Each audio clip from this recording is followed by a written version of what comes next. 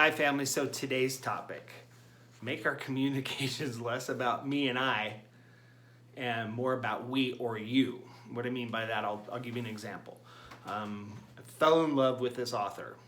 She really spoke to my heart. One of my book mentors who had passed away and hadn't written, Wayne Dyer, who's passed away several years ago, one of my favorite authors ever.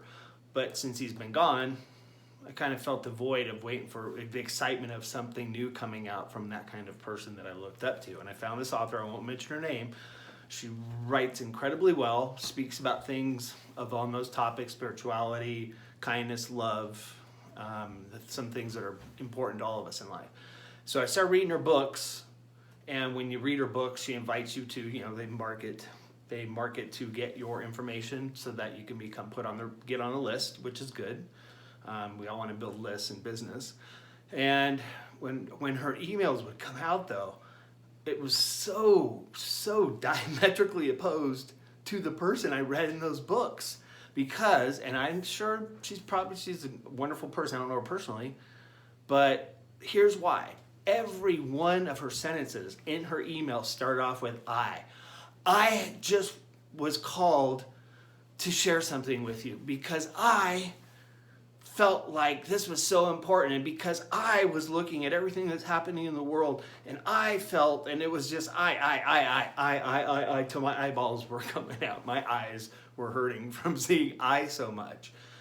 And I'm sure her intentions were good, but it was just all about I and me coming from her. It was all about her and what she thought and what she wanted, and it was all good things for the people who are reading these emails, but still that's what comes across. So when you're trying to communicate with somebody, especially in writing, because it's easier to see before you send it, especially in the digital age we live in, we can edit easily, look and see how many of your statements start off with I, or me, or what I found, or what I want. And also think about that in conversation. Notice how many times you make self-reference.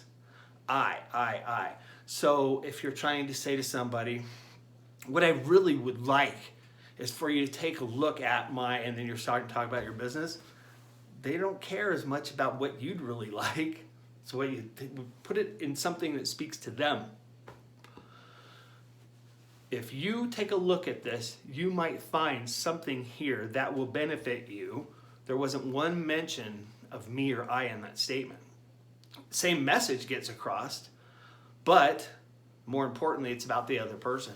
So just remember that when we're trying to connect with another human being, just notice those little things about how often we say I and me, and try to think of better ways to say the same thing that make it more about the other person we're speaking to, because man, they will love you for it.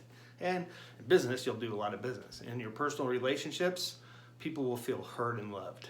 So with that, if you like this video, click the like button. If you really liked it, share it. And if you want to see more, click the subscribe button.